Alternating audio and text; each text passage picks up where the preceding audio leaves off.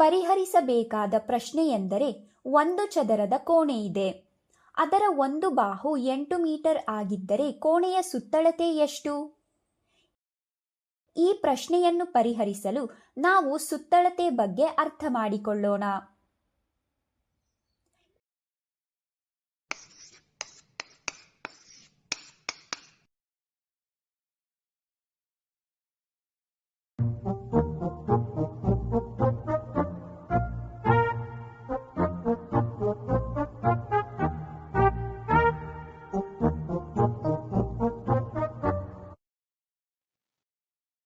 ಈಗ ಒಂದು ಚೌಕದ ಸುತ್ತಳತೆಯು ಅದರ 4 ಬಾಹುಗಳನ್ನು ಸಂಕಲನ ಮಾಡುವುದರಿಂದ ಸಿಗುತ್ತದೆ ಎಂದು ನಾವು ಕಲಿತಿದ್ದೇವೆ. ಅಂದರೆ ಬಾಹುವಿನ ಉದ್ದವನ್ನು 4 ಬಾರಿ ಗುಣಿಸಬೇಕು.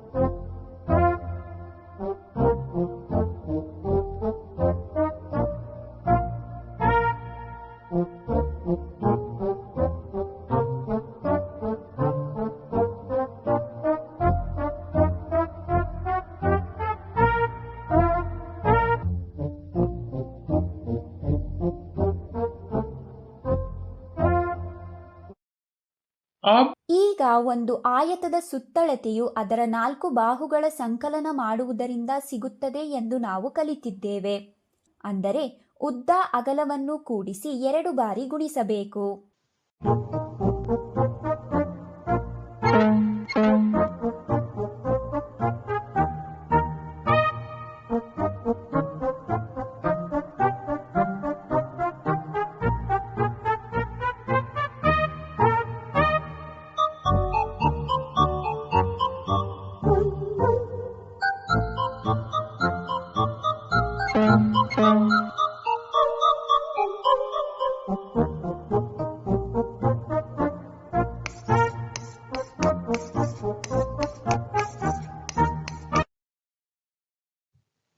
ಈಗ ಈ ಚೌಕಾಕಾರದ ಕೋಣೆಯ ಸುತ್ತಳತೆಯನ್ನು ಕಂಡುಹಿಡಿಯೋಣ.